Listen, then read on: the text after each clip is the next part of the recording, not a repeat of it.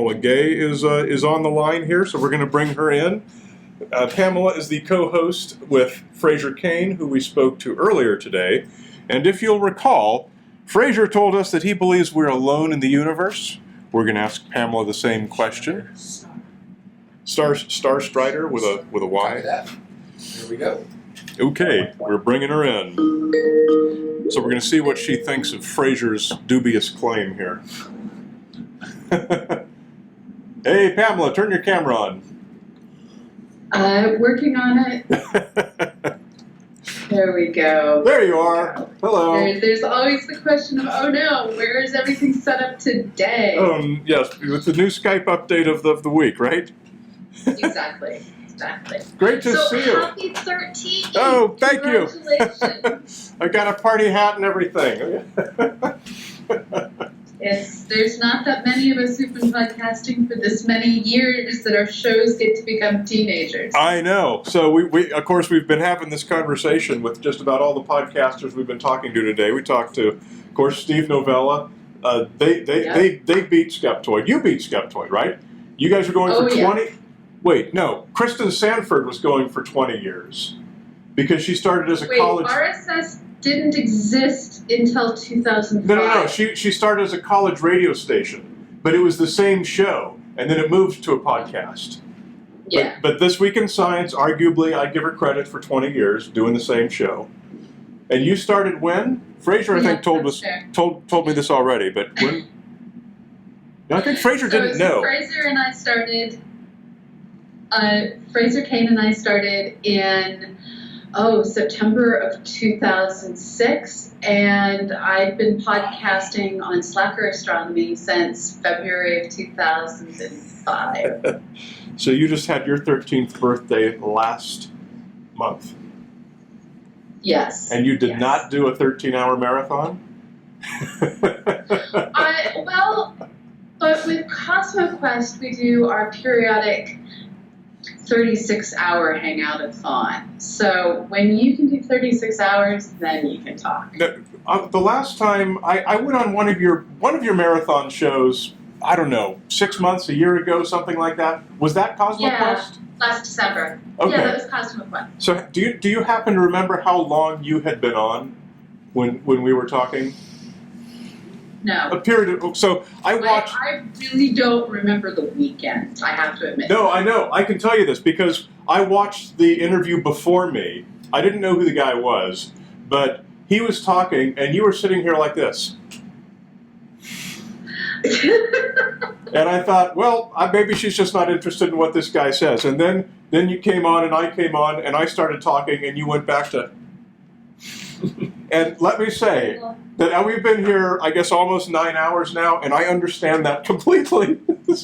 So I'm just going to let you talk while I sit here like...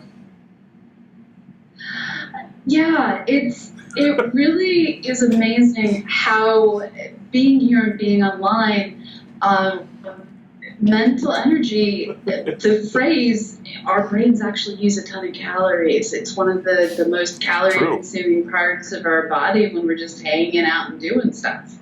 And you're using all those neurons to keep yourself going. And I have to commend you for putting this on. And all of you out there watching, you need to remember 13 years. It's worth at least 13 of your dollars. Do not make me go all NPR on you, because I know how to do that. Listen to this lady. She knows what she's speaking about. Okay, so now Fraser left us with something here. Okay. I forget how we got onto this, but Fraser, and he says you're well aware that he believes this, Fraser believes that humans are alone in the universe, that there is no life elsewhere in the universe. And he made a compelling case. He also wants us to find aliens right now, and he wants the aliens to be on Earth in our lifetime. But aren't those... see whatever society happens. That's mutually exclusive, though. If there are no aliens, how can they get here? Yeah, but he always talks about how if they are aliens, he wants them right now.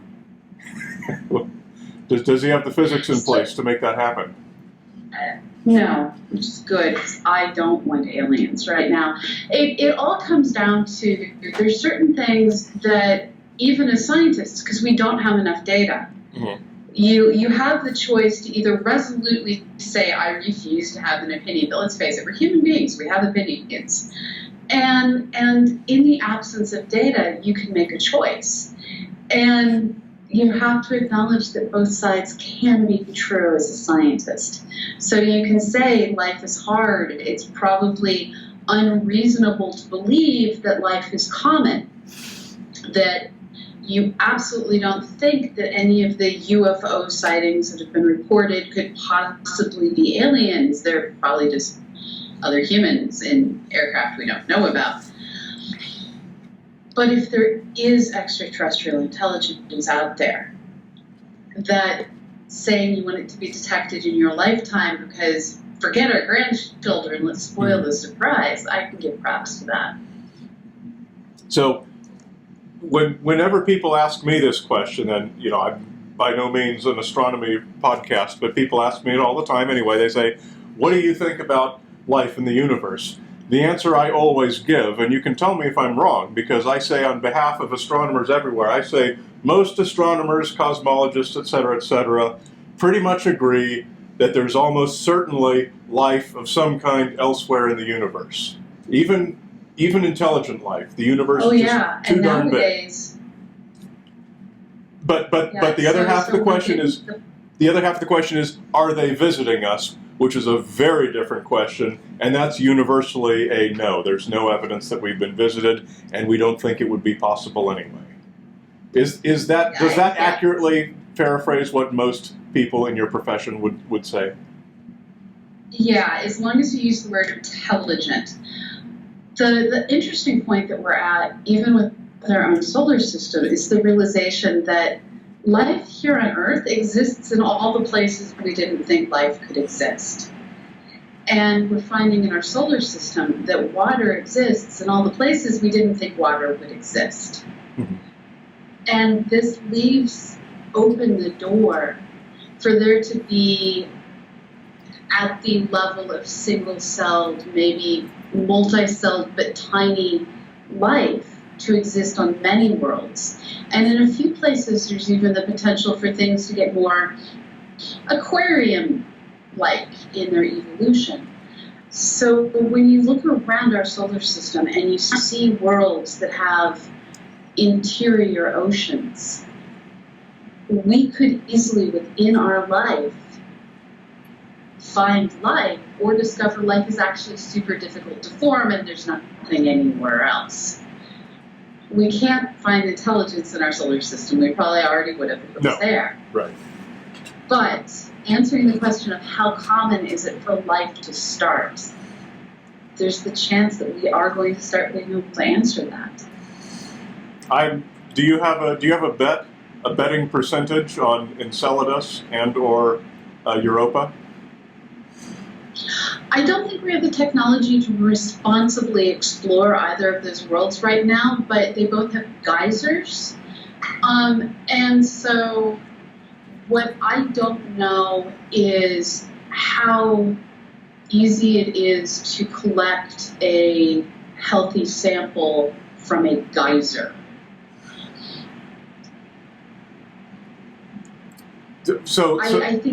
I think it's low chance that in our lifetime we will be able to confirm life on either of those worlds. I don't think Enceladus geologically is well suited to life. I think if life forms easily, Europa is a given. Okay. Let me ask you this one then. The chances that James Webb will find a red edge or other spectroscopic signature of life on exoplanets. I give James Webb 1 in 3. Yeah, I don't even think we need to wait for JWST. There are other telescopes that are already starting to be able to make out molecular signatures in atmospheres, and you can do high-resolution spectroscopy from the surface of our planet with big enough telescopes. You can even start to get at all of those cool molecules that we want to see in some cases. So, I think that finding the atmospheric signature of a world that is consistent with plants or algae or something else modifying the atmosphere is 50-50 within our life. Yeah, I think that's reasonable. A couple of years ago, I went to a NASA social where we went to an astrobiology conference in Phoenix at ASU, and we were really lucky. We got the PIs from the LUVOIR and the HABEX proposals, these very early stage proposals for specific planet hunting missions. We got them to come in and bring a few people and give us their mission books and everything and tell us all about their things. And granted, they were not objective sources because they were trying to compete with, they want to get funded. So they were saying that all the telescopes we have now, they have no chance of finding the signatures in these planetary atmospheres. But it seemed clear, at least from their presentations, and again, they're not objective sources, but it seemed clear from their presentations that either of those missions should be able to do it pretty trivially. If we've got any atmospheres out there, we'd be able to get pretty good spectrums from them. So I agree with that completely. So I think if we get to that stage, I think we'll be there. But as whether we'll be there, whether we'll make those detections before we get to that generation of telescope, you're one of the first people who's told me that you think it's going to be possible either now or very soon with Earth-based telescopes. I've never heard that before. Well, what's really impressing me is how they are able to continually push Gemini, the very large telescope, and some of these specialized systems that they're building to look at the nearer planets. And while you can't get as far into the infrared, which is where you really want to go when you're looking at a world, they're starting to be able to detect various gases in atmospheres. They're starting to be able to find just things like sulfur. And while we aren't able to do this with terrestrial-sized worlds yet, you're talking about gas giants then? You're talking about characterizing gas giants? Yeah, we've been characterizing gas giants. Okay. But we're currently in the process of building 30-meter telescopes on the surface of our planet. And as we start building these mega telescopes, it's going to be more and more capacity to take on problems like this. Now, ground-based telescopes, no matter how large they get, still can't get to some of the colors that are most interesting in the infrared. But they get us so close, and there's so many other chemicals that they can look for that the potential is there. I wasn't aware that they can't go into the infrared. Why is that? What's the hardware Our limitation? atmosphere is kind of annoying and the atmosphere absorbs large swaths of the infrared radiation. I should have figured that out. It's that whole, the infrared that it reflects so nicely back down at us, it also reflects back in space. It's a problem. That darn atmosphere of ours and all of its trapping heat, it's causing all kinds of problems. Yeah. Well, at least it also bounces out the X-rays and gamma rays. And there's various things that it politely blocks that we could do without. It would just be nice to get a little bit more infrared throughput. Okay, let's see. Another thing I wanted to ask you about after talking to Fraser was he brought up something that I'm having you fact check everything he said to us. He brought up something that I'd never really considered before, which I thought was really interesting. And he was talking about how if there's life anywhere in the solar system, there's life everywhere in the solar system that can possibly support it based on panspermia. So asteroid impacts and ejecta and everything. Once this starts happening anywhere, the whole solar system is like a billiard table, and everything that can be anywhere gets everywhere. So that was his feeling why if life can be supported on Enceladus or Europa, it is there because we know it's here. No. Just no. At a certain point, it's easy to imagine panspermia between Mars and Earth, where the life is able to get from one world to the other, be viable, get reconstituted with the water of one world with the water of another. Mars used to have vast oceans within Venus, used to have vast oceans and not the hellscape atmosphere it has today until just a few million years ago. So we could have had 3 inner worlds that all had oceans 3.5 billion years ago. And while life on our world wasn't yet started at that point, we don't know if we were slow or fast to develop life. Now, when you start looking at the outer worlds where you have subsurface oceans, the question starts to become, is the kind of life that is capable of jumping across space also capable of somehow burrowing 3 kilometers down through the ocean's surface, which is all frozen solid, and under hydraulic pressure? When you start looking at virus labs, biological facilities, they maintain a constant inner pressure to force the outside air to stay out, please. These worlds with hydraulic pressure that cause liquid to geyser out are doing a pretty good job of maintaining that positive pressure to prevent stuff from getting in. So I kind of suspect that they kind of have an icy barrier and some form of self-protection. Now, that doesn't make it a done deal. Nothing makes anything a done deal, but it does put up this additional, well, we can see that it might be difficult for life to spread to these given environments. Now, you have the whole fullness of time argument, and one of my favorite factoids in science is that asteroid that struck Earth and probably led to the demise of the dinosaurs. The shockwave from that would have flung trees, soil, very dead dinosaurs all out into outer space. So the first life forms to go into space, the largest of them were dead dinosaurs.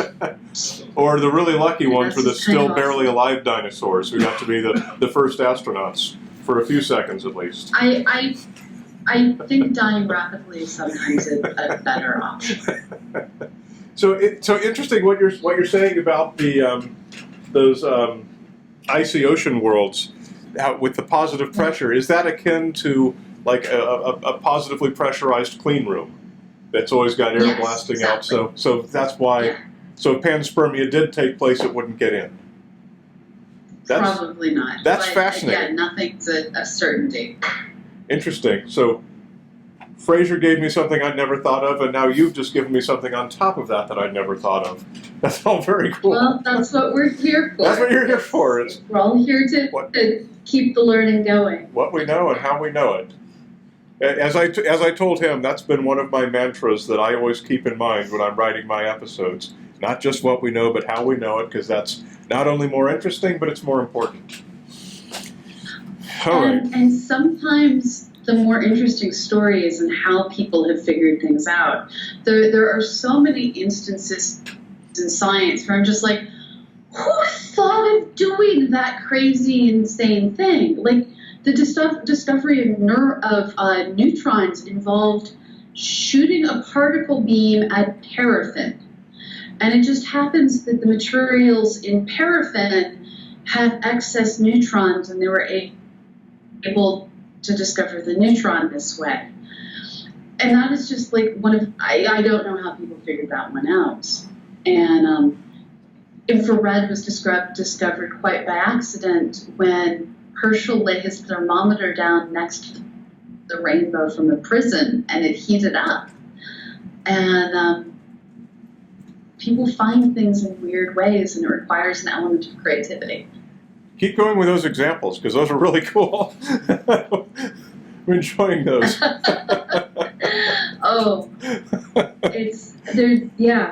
This is what science is. It's purposeful discovery, accidental discovery, being clever enough to figure it out whenever the moment comes. And I don't know what our next great thing will be, and sometimes it's only in retrospect that we figure out what were the right and wrong answers over time. Let me ask you a question from a totally different subject here. Okay. Were you following the Zuma mission? No, I wasn't. The Zuma mission was the SpaceX launch that they claimed was lost, and then they said it wasn't, and then they said it was lost. Oh, Remember that one? And the Northrop, the payload adapter, and all the craziness, and then the amateur satellite watchers figuring out that it matched these stealth satellites and everything. Okay, I've been asking everyone I know who might possibly have any info on that if there's ever been a follow-up, because as far as I know, there have not been any more amateur satellite watcher sightings that match up to it. So I haven't looked.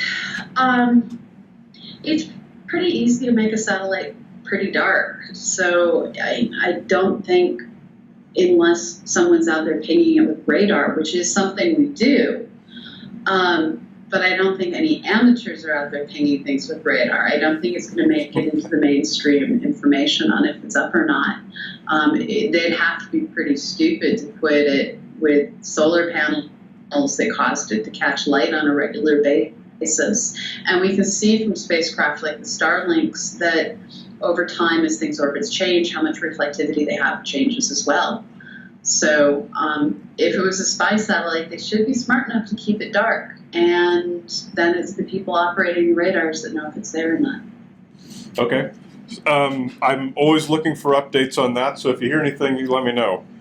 So my next question, shifting gears again, is will the SLS ever fly? No. Really? Okay, because I always say no, and nobody seems to agree with me. I'm delighted to hear another no.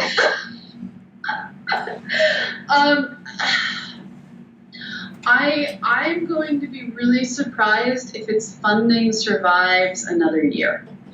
And it's not slated to launch the next year. No. As we're watching SpaceX bring down the costs of flight, as we're watching it innovate on their own dime, or at least on the backs of all of their sales, SLS is becoming less and less reasonable a cost for us to be burdening taxpayer dollars with. There was a tweet from the NASA administrator last week in which he simultaneously praised SpaceX and kind of slammed United Launch Alliance. And I don't think that was necessarily a fair or a morale-boosting thing for him to have done.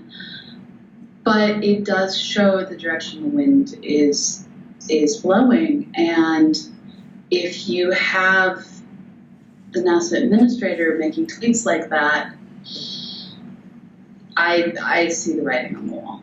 Yeah, I was out there at Orbital ATK in Utah when they did the full duration burn of the whole 5-segment stack.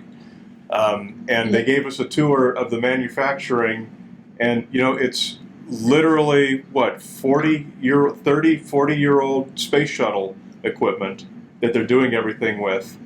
The place looked like a ghost town. I mean, and the thing that I think that really sealed it up for me was that they're so hell-bent on reusing these already flown space shuttle SRB segments.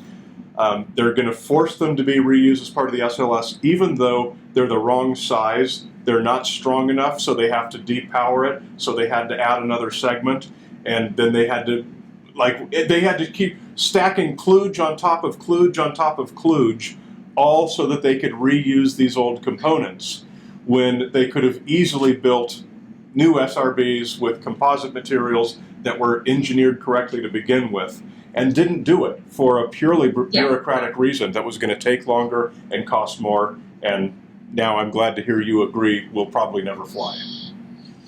It was just yeah, goofy. and you're bringing up the fundamental problem here, SpaceX, because they're innovating on their own dime, is free to do crazy shit that gets the right job done. It was less than a year ago that Elon Musk announced that they were ditching their carbon fiber plans for their heavy lift vehicle and moving over to the steel that they're using for their Starship design. That radical change. Oh no. Oh no. Buffering. Your plan and start over. There we go. You froze right when you said that radical change. So We're sorry. all hanging on our seats here. Okay, that radical change from carbon fiber rockets to steel components for Starship is the kind of complete change that ULA just isn't free to make. And innovation really can't be tethered if you want it to be efficient. And while it's great to be able to do things like say, hey, our astronauts in Apollo 13 only have these 12 items, let's figure out how to replace their filters. You don't build your entire spacecraft off of the what do we have in the warehouse. We need free-range innovation, and you can't legislate that. It's the rocket science version of agile software development.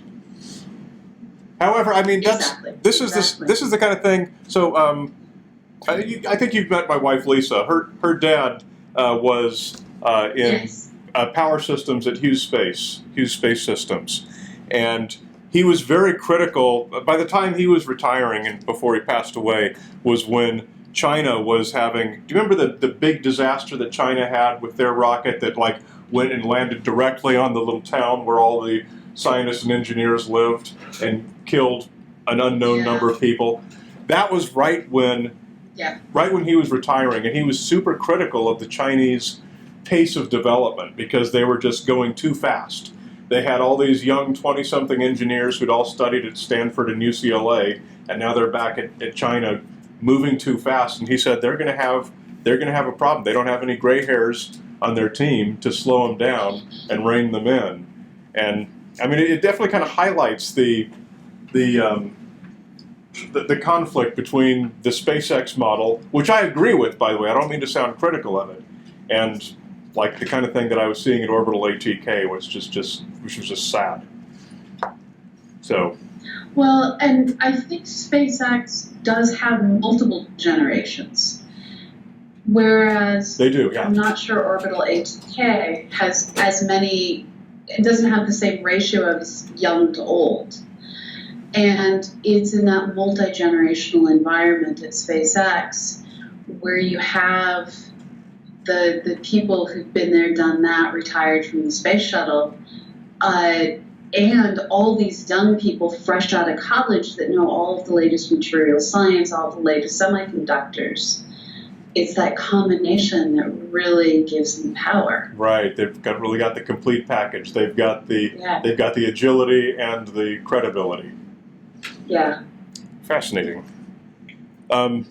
This brings us to the point where we're out of time. I got to say, this has been, I've enjoyed this very thoroughly, every minute. Thank you so much. Well, I'm so glad that I could be here, and happy 13th birthday. This is an amazing, amazing thing. Well, happy 13th birthday to you last month. All right, good night, Pamela. We'll see you soon. Good night.